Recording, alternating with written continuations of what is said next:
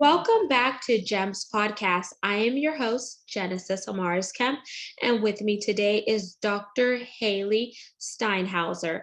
And here's a bit about Dr. Hailey.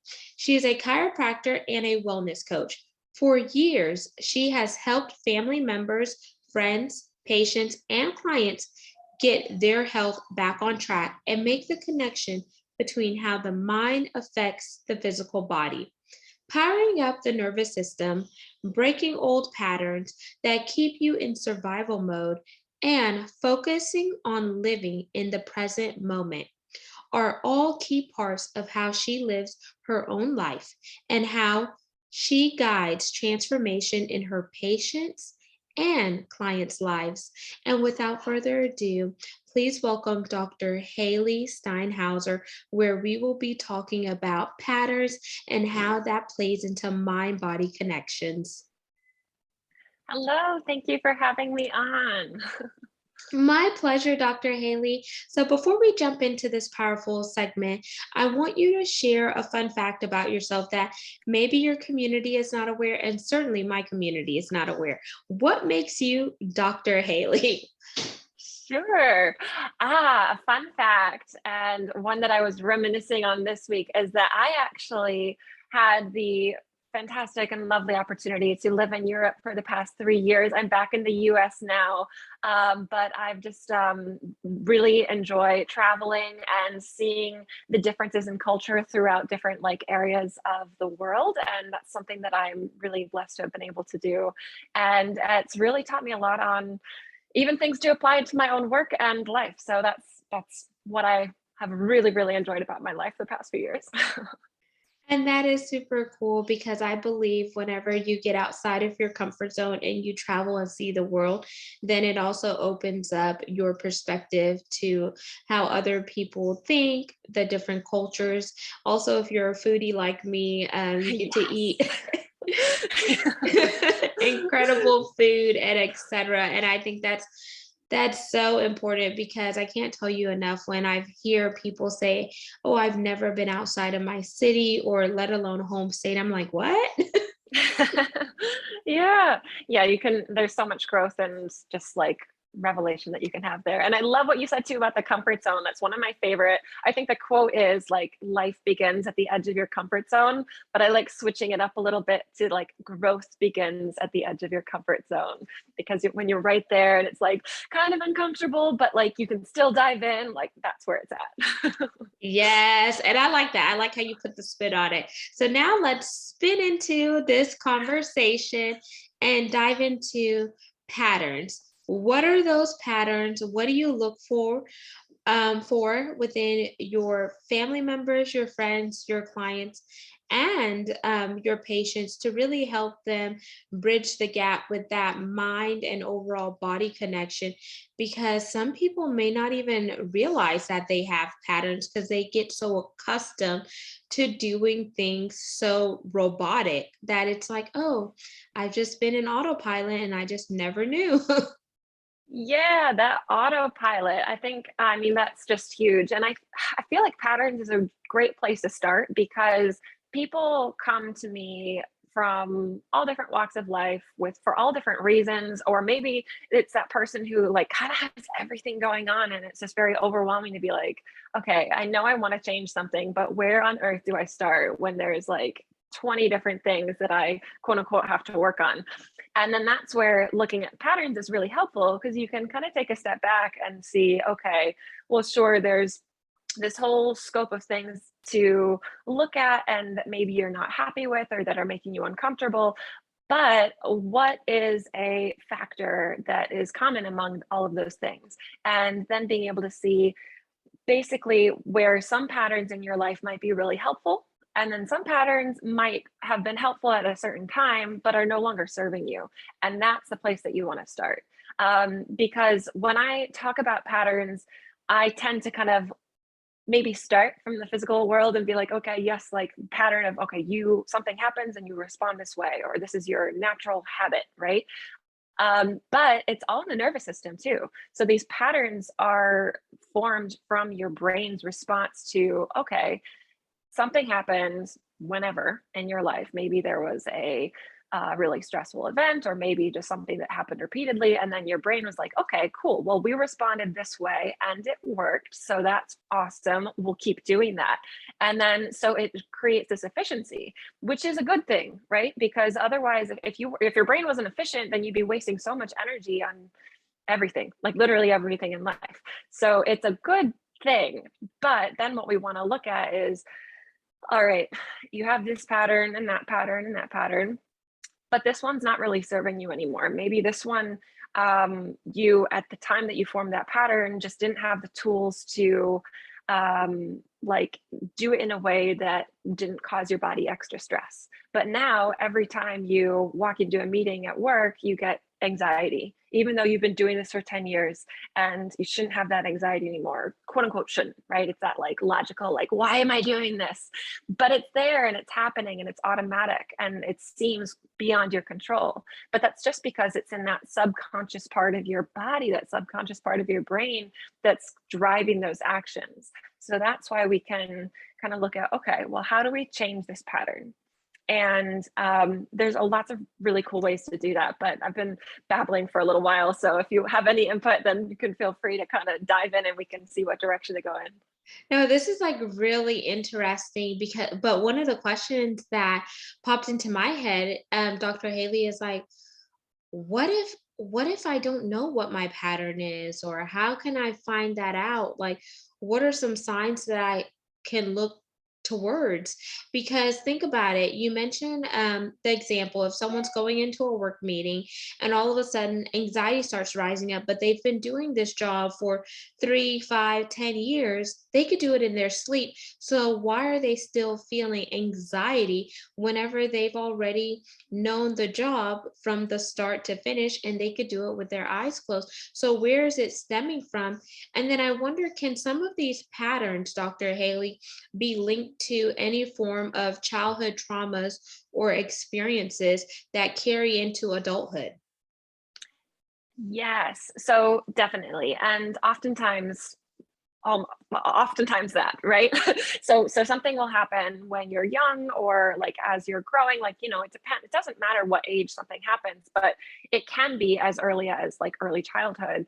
And then you as a child have a certain toolbox of things to use to digest what is happening and to respond to whatever trauma, big or small, is going on in your life at that time. It can be as big as some of the really horrible things that happen in childhood, and it can be as small as like not getting the food that you wanted at dinner. Like it can be a whole range of those things going on that then create these patterns. And then going back to your first question, there is like, okay, well, what if I don't know if I have a pattern? What if I don't know what's going on? Or what if I don't know where this started? You're not alone, right? That's the normal thing. Like it's very common to be in a situation where you don't know that you're in a pattern until maybe someone points it out to you, or maybe for some reason you get kind of like an outside perspective on what's going on in your life, and then you're like, oh wow, that is a pattern. But that's not always the case, right? You don't always have that recognition. So it's not necessarily identifying the pattern that is the first step. And then definitely, I mean, it's very uncommon to know why that pattern formed off the bat, right? Like unless you've been doing some like work on either self-growth or mind body work or like pattern work, you might not know why this happened. Even if you know that this or that happened as you were growing up or while you were in school or in your first job, it's hard to identify, and that's okay. So to change the pattern, it's really, you really kind of just have to know what your starting point is. Maybe you don't know why you have that anxiety or when you go into the meeting, and maybe you haven't even named that as anxiety, but you know that, okay, I really don't like meetings. I really don't like presentations at work. That's something that you probably know, right? So then that can be your starting point. Maybe that's the thing that you want to work on, because to feel more comfortable or confident in yourself, you just want to be good at and feel good in those meetings. So then that's your starting point. You don't need to know all the other stuff quite yet. What So do you, yeah. what do you think about journaling? Do you think that can help somebody identify some of their patterns if they journal on a daily basis and then they take the time to go back and reflect on what they wrote, where were they when they wrote that statement, and how did they feel in the present moment? Can that be linked to patterns?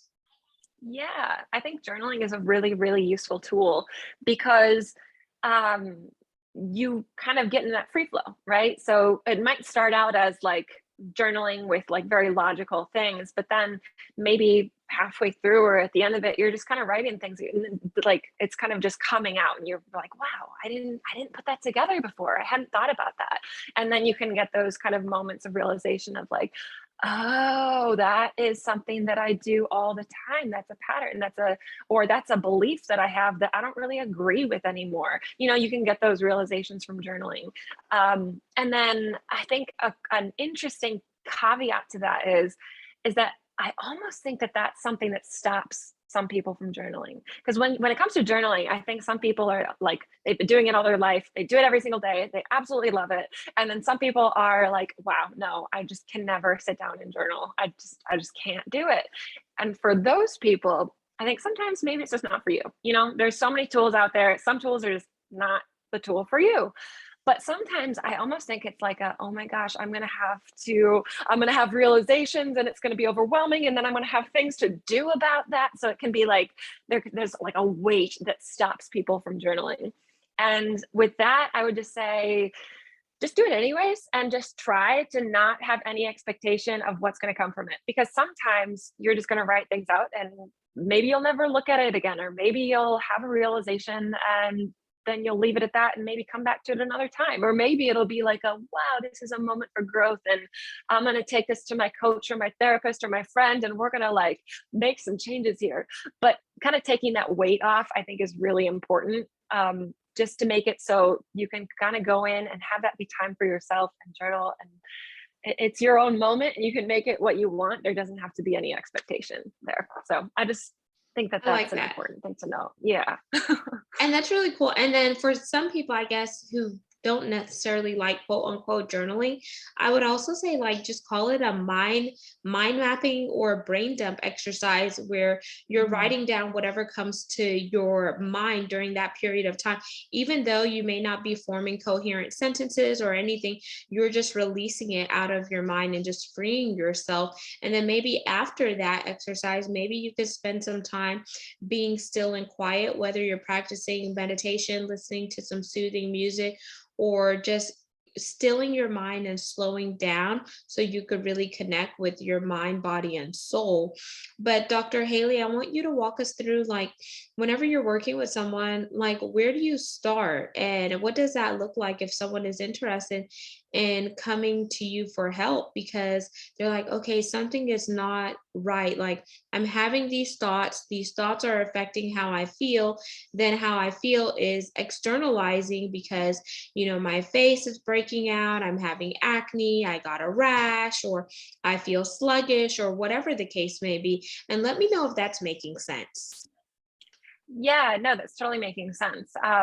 So when people come to me for the coaching work, which is really where I dive into the mind body component of it, um, the starting point is just all across the board. So I often work with women who are maybe feeling stuck, maybe feeling low energy, like there's some sort of symptom, right? So then I like to just dive in and have a big long conversation with them where it can just be talking and kind of figuring out like, there's this, there's that. And, there's no expectation in that first conversation that the client needs to know what to work on, right? They just need to know, like, I am ready to work on something. Maybe they're not even sure exactly what, but they just want to be moving forward from wherever they are. And so then in that conversation, it's seeing like, okay, well, maybe you have this anxiety at work, or maybe there's this fear of something going on in your relationship, or maybe there's just like you are feeling like you've been stuck for a while and you want to work on your self growth. You want to be really comfortable with yourself and love yourself and whatever that is. So then it's looking at, okay, well, we have all of these different things. Where do we start? Right? That's the big question. And that's different for everyone. But normally, what I'll do, like my role in that beginning phase would be to look at everything, take a big step backward, and be like, okay, well, among all of these things that we talked about, this and this are like common denominators here. So it's common to, maybe it's confidence, and maybe it's this like thing that happened and you're like, oh, this is a big block for me, I don't know how to get around this. So then we take whatever those things are, and that's where we start to see, okay, what patterns are involved with that. And in the coaching work, we do different mind body techniques, and some of them, like one in particular that I really like is basically starting with that one point. Maybe it's like, I am okay with loving myself, right? Just like start with a phrase, start with an idea, a concept, or something like that. And then seeing like, okay, well, where are incongruencies? There's different like kind of steps to kind of backtrack and make it so even though you have no idea where this might be going, we use different ways to see like, okay, well, what's your brain actually telling us? Where's this kind of root stemming from? And then we can see, all right, well, how do we connect that to your autonomic nervous system, which is that, like, people talk about the vagus nerve and your fight or flight response, like all those like buzzwords and stuff like that.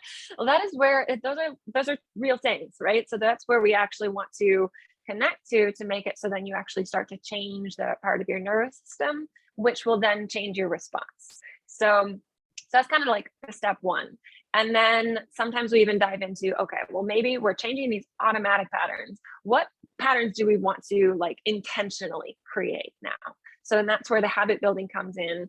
And that work is really interesting too. So it's like a push and a pull type of thing in the segments. I like that. And it kind of reminds me of the pendulum swing because it's going to swing to the left, it's going to swing to the right, but then the middle part is that sweet spot. And that's where you have your balance and your homeostasis. And let's now dive into the mind body connection aspect of it. What does some of that look like? Because I know that if you have certain thoughts in your mind, those thoughts then begin to affect you. They affect you mentally, but they could also affect you emotionally as well as physically. And it's like, for example, someone dealing with depression or anxiety, they may bring on chronic illness or any form of illness because they're allowing that battlefield that's going on in their mind to control how they are responding to the environment, how they are responding externally. Their sleeping may be thrown off, and there's so many other factors that can contribute to that. And they may not know it because they may Right. feel afraid to talk about it or engage in those conversations because they don't want to be perceived differently, especially if they don't have a safe place to go. Right. And those walls can be up too. So that can make it so there's even less awareness of what those problems might be, because like to protect yourself, you put walls up and then you don't even necessarily know within yourself what's going on. So yeah, so especially with things like that. So if you're dealing with depression, if you're dealing with anxiety, if you are struggling with a chronic illness or chronic pain or autoimmunity, all of those things, you can find yourself in that negative spiral, which is exactly what you were talking about. So maybe you're feeling this pain or you're having this symptom, and that makes you kind of pull into like a protective posture, which makes you have less oxygen in your brain, and then you have worse thoughts, and then it kind of pulls you into even more pain. So it's that negative cycle. And then with that, it is different for everybody, but you want to figure out where in that cycle you can maybe spin in the other direction. So for some people, if you're dealing with depression or if you're dealing with anxiety, it's difficult, right? Because you're not necessarily going to feel like you have the energy to do self-care or work on yourself or be aware of what's going on. But maybe on a day where you're like, I'm tired of this, or maybe you have a little bit more energy for some reason, then it's seeing like, okay, well, what little in point can I get into to start going in the other direction? It could be the mind body work. So that would be looking at, okay, well, let's start with some meditation. Let's start with some breath work. Let's start with working with a coach or a therapist on like some of the more mind components of, I feel really sad, or I feel really stuck, or I feel like I can't get past this thing that happened in my life. And then from there, changing how you are literally responding in your mind. And then you'll see those effects in your body too. The more baby steps you take at it, right? It's all about the little baby steps, in my opinion. But for some people, that might be a huge thing to look at those things going on in your mind and actually try and make some changes there. That might feel impossible in that moment. So that's where you can actually go the body route and then see, like, okay, well, maybe I realize that I feel better if I go outside and take a walk. Maybe I can't make myself actually do it every single day, or maybe I can't make myself actually go to the gym and work out quite yet, or something like that. But going outside and taking a walk, I feel really good. And then maybe journaling about it or something like that, something where you're reflecting, right? Or you're just sitting on a couch later and thinking, like, okay, yes, my body feels different today after that walk than it did yesterday. Or maybe it's more about posture, right? So especially with like mental illnesses, or like depression or anxiety, or really like any sort of chronic thing that you're dealing with, those long-term things, you will notice it in your posture too. So that's when the head comes forward. That's when the shoulders are protecting your chest. That's when it takes so much energy to sit up straight. And that's because your body has been flexing forward to try and protect you. People talk about horrible posture in relation to all the technology and stuff. And yes, that is a part of it, but it's definitely also your body's response. That's literally an automatic fight or flight freeze response to protect yourself.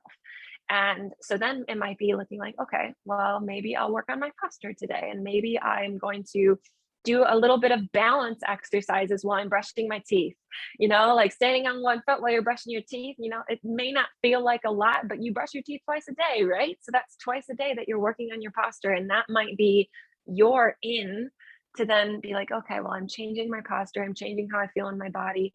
And then your mind will follow. And then you're in that positive cycle as opposed to being stuck in the negative cycle. And I love, love, love, love, love how you talked about getting outside, because people don't realize how getting outside in the fresh air, natural light, taking in that sunlight, which is also giving you vitamin D, is also clearing away some of the decluttering because you're changing your scenery.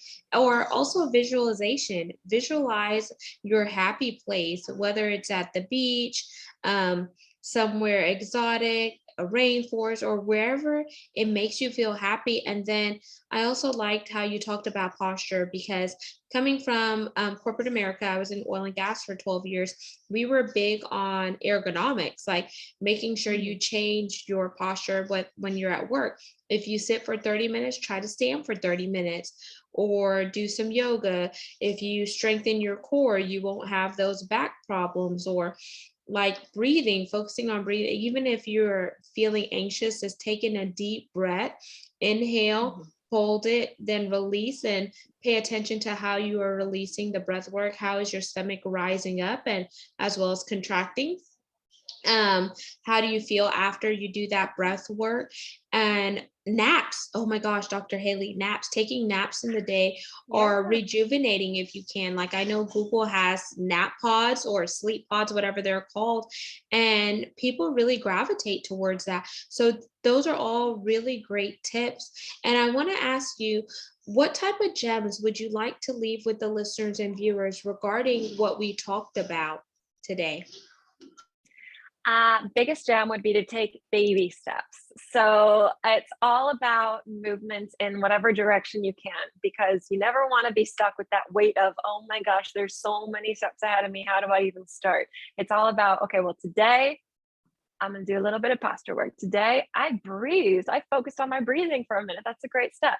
And then maybe those steps will get bigger and bigger the further along you are in your journey. But it's all about baby steps. That's the number one gem right there. And then the second gem would be, wherever you are, if you're like maybe in a really, really bad spot, or maybe you're feeling actually pretty good and where you are in your life, but you just want to keep growing, you want to get to the next level, then make that decision for yourself.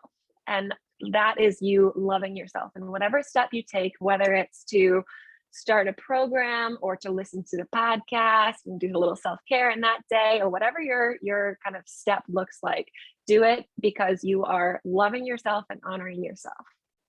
And self-care is the best care. Who's going to love you more than you?